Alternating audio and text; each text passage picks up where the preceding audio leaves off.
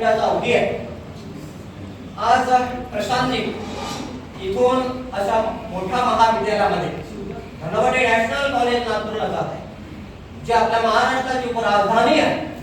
नागपूर नगरामध्ये ते जात आहे, जे महाविद्यालय 1935 ला स्थापन झालेलं आहे. असं मोठं महाविद्यालय मला 5-6 वेळा बघण्याचा योग आला. एक वेळा सुनील बापू देशमुख, मी आणि गवळे सर तिथे इंटरनॅशनल मोठा एक कॉन्फरन्स होती आणि राष्ट्रपती महोदय त्याचं उद्घाटन करायला आले होते. आम्ही 4 दिवस त्या परिसरात होतो. अतिशय जवळून ते कॉलेज आम्ही बघितलं. सुंदर आणि छान कॉलेज आहे. पण त्या कॉलेजला प्रशांतजीची आवश्यकता आहे आणि ते कॉलेज मिळण्याच्या मागे माननीय भैयासाहेबांचा हा दृष्टिकोन असावा, आमच्या अध्यक्ष महोदयांचा, की त्यांना मोतळा, नागोरा, तेलारा, बऱ्यापैकीनं पाठवतात. छोटे छोटे कॉलेज आहेत.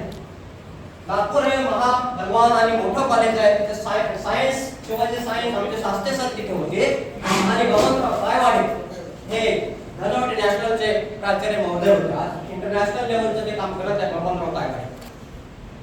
तर त्या कॉलेजला त्याच्या आधी मी मोताळ्याला प्रिन्सिपल असताना 8-10 वेळा जाण्याचा योग आला. तिथले काही ग्रेव्हन्सेसच्या कामानिमित्त आणि कुठं राहायचं म्हणून प्रश्न होता.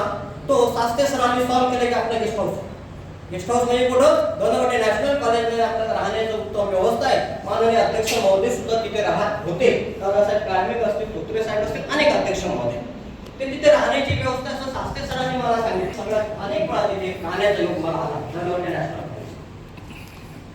मी या कॉलेजमध्ये 2 वर्ष माझ्याकडे धुरा होती. या कॉलेजची प्रभारी इंचार्ज प्रिन्सिपल म्हणून, रेग्युलर नाही. जशी धुरा माझ्याकडे मेसराम सरांकडे या कॉलेजची आली तसं कोविड सुरू झालं. मला दरवाजे बंद करावे लागले, कोणाला एंट्री नाही. सगळं ऑनलाईन परीक्षा आणि ऑनलाईन ऍडमिशन, ऑनलाईन सगळे काम सुरू केले. आम्ही नोटीस काढली की कोणी प्राध्यापक टीचिंग नॉन टीचिंग महाविद्यालयात येणार नाही. आम्ही 4-5 जण कॉलेजचा कारभार 1-2 वर्ष जवळपास सांभाळला. पण चिंता होती जिजामातीची. जिजामाता कोणी दिसत नव्हती. या जिजामाता माहिती नाही. अचानक अरविंद पाटील सर, सिरसाट सर आणि इंगळे सर आम्ही अमरावती नगरीत गेलो माननीय अध्यक्ष महोदयाला भेटायला, भैया साहेबांना भेटायला. कारण आम्हाला सह्या घ्यायच्या होत्या प्रोफेसर पदासाठी. प्लेसमेंट मध्ये तिघांचं प्रोफेसरचं प्लेसमेंट होतं आणि अध्यक्ष महोदय म्हणत मीच अध्यक्ष म्हणून त्या कमिटीला येणार आहे, परंतु साहेबांची तब्येत बिघडली होती. पाटील सर, सिरसाट सर, मी आणि इंगळे सर गेलो. साहेब नेमकेच नागपुरातून आले होते, बरे होऊन आले होते. आम्ही सोसायटीमध्ये एका रांगेत उभं होतो आणि टाळ्या वाजवून माननीय अध्यक्ष साहेबांचं, भैया साहेबांचं स्वागत केलं की बा निरोगी होऊन त्या संकटातून बाहेर आले. आणि आम्हाला एक आदेश होता की कोणी आपल्या टीचिंग नॉन टीचिंग मधून गेला नाही पाहिजे. कारण अनेक जण जात होते. मग आम्ही अतिशय कडक बंदोबस्त 2 वर्ष या महाविद्यालयाचा सांभाळला. पण कॉलेजला कोणी धक्का लागू दिला नाही. 2000 विद्यार्थ्यांच्या परीक्षा जो फॉर्म असतो तो फी असते ते आम्ही कोणाला न येऊ देता भरली. ऑनलाईन सगळं भरलं आणि अतिशय सुव्यवस्थित 2 वर्ष ते गेले. पण जिजामाता नावाचं हे कॉलेज 1956 सालात सुरू झालेलं माननीय राणा खडसे साहेबांचं हे कॉलेज, जे नागपूर इस्लाम कॉलेज मधून इथे आले होते, त्यांच्या अंडर 2-3 वर्ष मला टीचिंग शिकण्याचा योग सुद्धा आला राणा खडसे साहेबांचा, जे पहिले प्रिन्सिपल या महाविद्यालयाचे होते. अतिशय जुनं आणि बुलढाणा जिल्हा त्यावेळेस तो जिल्हा म्हणून नावाले होता, चुकून जिल्हा म्हणून इंग्रजांनी 150 वर्षापूर्वी केला असेल, कारण थोडंफार थंड हवेचं ठिकाण होतं म्हणून. त्यामुळे बुलढाणा हे विदर्भाला माहित नव्हतं. तरी राणा खडसे साहेबांसारखे आले या कॉलेजला सुरुवात झाली. अतिशय सुंदर कॉलेज हे विदर्भामध्ये संपूर्ण राणा खडसे साहेबांनी पहिले प्राचार्य होते. आणि मग माननीय अध्यक्ष साहेबांच्या कॅबिनमध्ये सह्या घ्यायला आम्ही गेलो प्रोफेसर पदांच्या त्या सिलेक्शन साठी. अध्यक्ष महोदय म्हणत हिलके सर काय हवं तुम्हाला? म्हटलं जिजामाता कुठेच दिसत नाही. 17 वाटा या महाविद्यालयात आहे. जिजामाता शिक्षण कॉलेज म्हणताना वाईट वाटते, असे वाईट धंदे या कॅम्पस मध्ये चालतात. माझ्या हात जोडून विनंती आहे काहीतरी आपण करू शकता. त्यावेळेला 2-300 प्राध्यापकांच्या नेमणुका त्या काळात झाल्या होत्या आणि अध्यक्ष महोदय अतिशय पॉवरफुल आहे. पहिला अध्यक्ष भाऊ साहेब आणि आताचे अध्यक्ष भैया साहेब.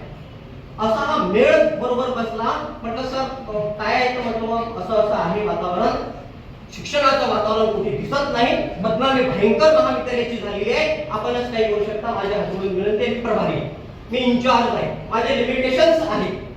तर काही कर्ज नाही म्हणजे दिलीप बाबाच्या घरी जा, त्यांना तो अर्ज दे, काय तुला अपेक्षित आहे महाविद्यालयात होण्यासाठी, उद्या मीटिंग आहे.